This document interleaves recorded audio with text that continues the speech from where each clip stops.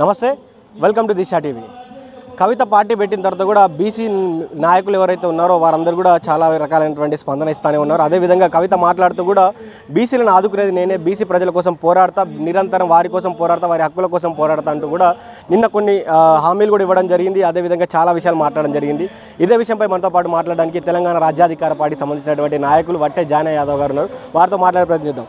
అన్న చెప్పండి, నిన్న జరిగినటువంటి ఏదైతే తెలంగాణ రాష్ట్ర సేన అని తను స్థాపించడం జరిగింది, పార్టీ పెడుతున్నాను, ప్రజల్లోకి వస్తున్నాను, అందరికీ నేనే 3 కోట్ల ప్రజల మందికి అమ్మనవుతాను కూడా చెప్తాను, దీన్ని ఎట్లా చూస్తారు? అంటే ఇవాళ ఒక విచిత్రమైనటువంటి పరిస్థితి రాష్ట్రంలో కనబడతా ఉంది.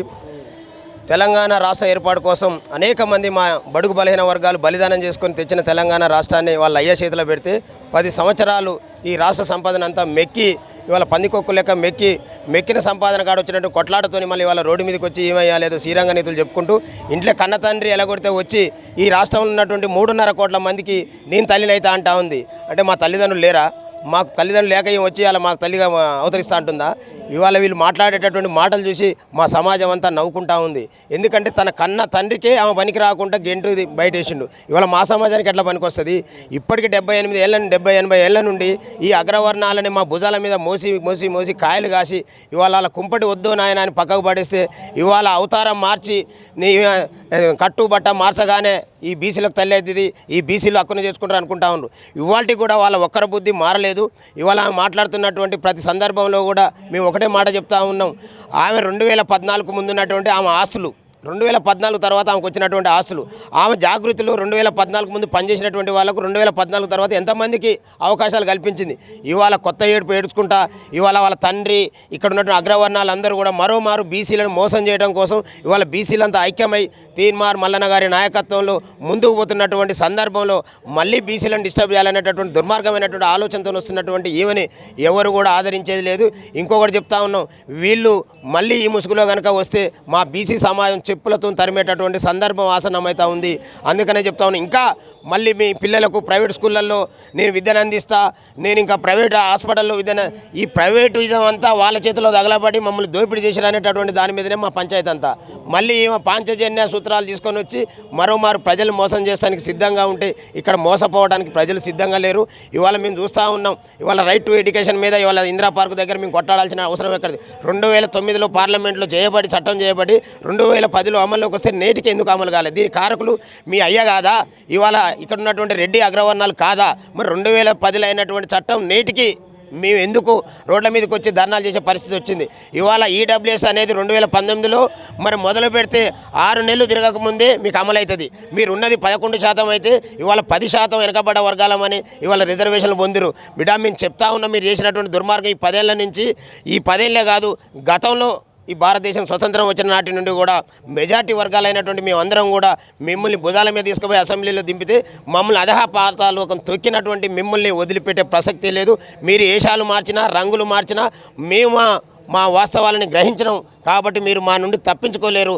మీకు అధోగతి పాలు అవుతారు. కవిత మాట్లాడుకుంటే ఏమన్నారంటే 10 ఏళ్ళు ఆ పార్టీలో ఉండి తప్పు చేశా, నా డిసిషన్ నేను తీసుకోలేకపోయినా ఆ పార్టీలో ఉండి తప్పు చేశా కాబట్టి ఆ పాపాన్ని గడుపుకోవడానికి టీఆర్ఎస్ పెడుతున్నా, మళ్ళీ నన్ను ఆశీర్వదించండి, నన్ను రాబోయే తరానికి 2 సంవత్సరాల తర్వాత నేనే ఈ రాష్ట్రానికి సీఎం అవుతా, సామాజిక తెలంగాణ తీసుకొస్తా అంటుంది. ఇప్పుడు అయ్యకు ముఖం లేదు, అన్నకు ముఖం లేదు, బావకు ముఖం లేదు కాబట్టి ఈమె రూపంలో మళ్ళీ వాళ్ళు ఎరేస్తున్నారు ఈ బీసీ సమాజానికి. ఈ బీసీ సమాజం వాళ్ళు అనుకున్నటువంటి అమాయక సమాజం కాదు, ఇవాళ చైతన్యవంతమైనటువంటి సమాజం.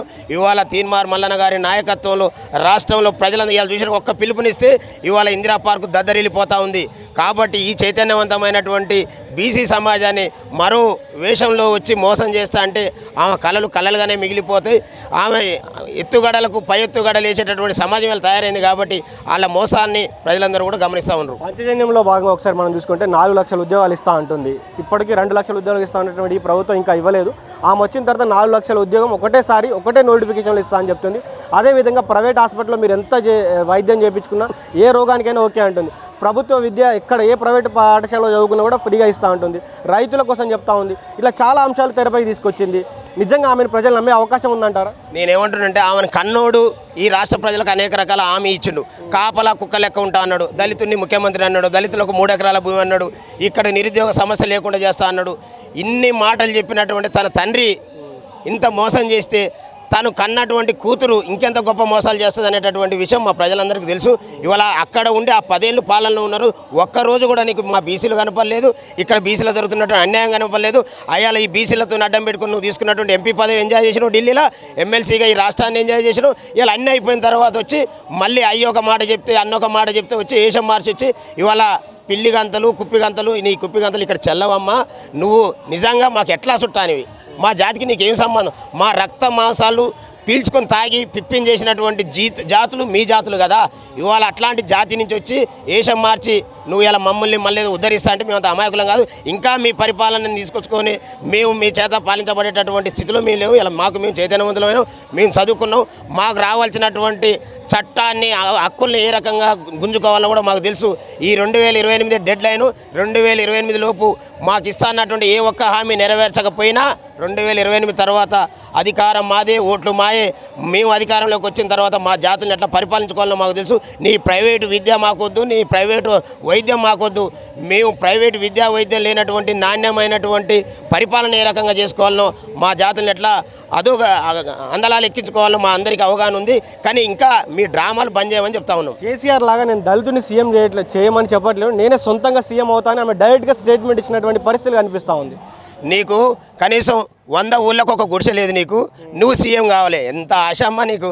నీ అయ్య 10 ఏళ్ళు అయ్యి దోసక తిన్నాడు, మళ్ళీ నీ అన్న కావాలి ఒకరోజు నువ్వు కావాలంటే ఇక్కడ ఉన్నటువంటి మెజార్టీ వర్గాలందరూ మేము తిక్కలోళ్ళం, మేము అమాయకులం. ఇంకా మీకు ఇప్పుడు 70-80 ఏళ్ళు అయినాక కూడా మీకు అధికారం ఇస్తానికి మేము సిద్ధంగా ఉన్నామని మా నుండి దోసుకొని మా రక్త మాంసాలు పిండి పిప్పించేసుకొని నువ్వు సంపాదించినటువంటి సంపాదన తీసుకొచ్చి అలా అక్కడనో ఇక్కడనో వానుకో ఇనుకో ఎరేసి ఇలా నీ ఎంట తిప్పుకొని అది చూసుకొని వాపును చూసుకొని బల్బుగా నువ్వు గొప్పలు పడతా ఉన్నావు.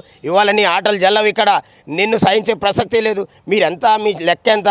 ఇవాళ మా మల్లన్న చెప్తా ఉండు, మిమ్మల్ని మా దరిదాపులకు రానివద్దు. మమ్మల్ని ఎట్లయితే వెలేసారో మీరు 70-80 ఏళ్ళ నుంచి, ఇప్పుడు మేము ఈ వర్గాలను వేయాలనేటటువంటి సిస్టంతో ముందుకు పోతా ఉన్నాం. కాబట్టి నీ ఆటలు సాగవు. కవితమ్మ, నీ కళ్ళబుల్లి మాటలు వినేటటువంటి నీ జాతిలో ఎవడనుంటే ఆయనకు అడుగు చెప్పుకో.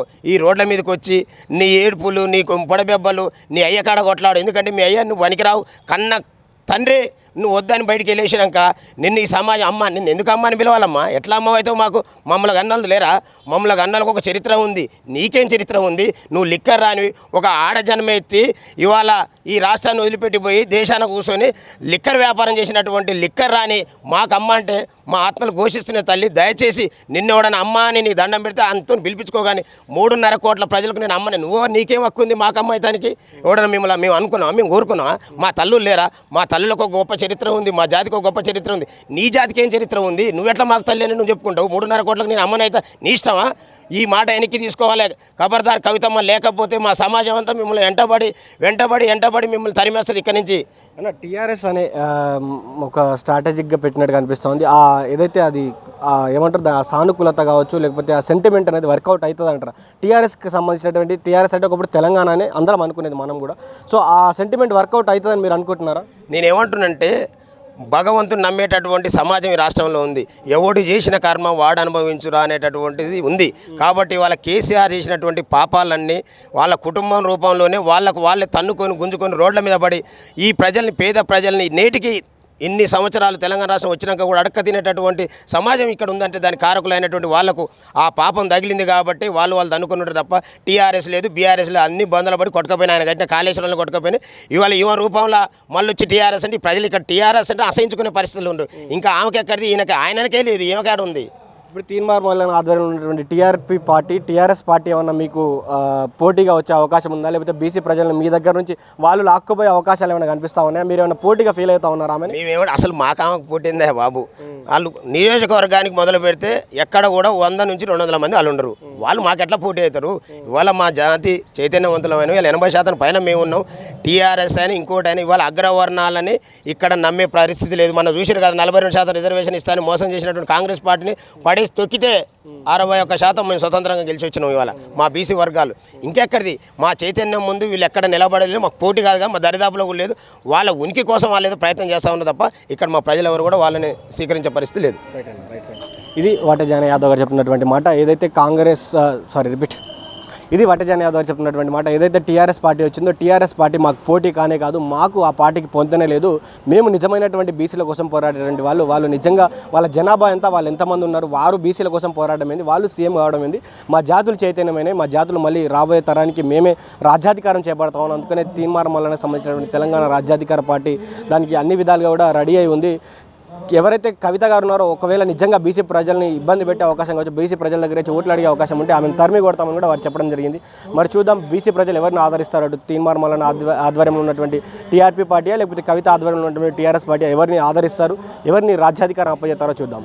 చూస్తూనే ఉన్న దిశ టీవీ. నేను మీ journalist Srikanth, video journalist Prashanth from Indira park, Hyderabad.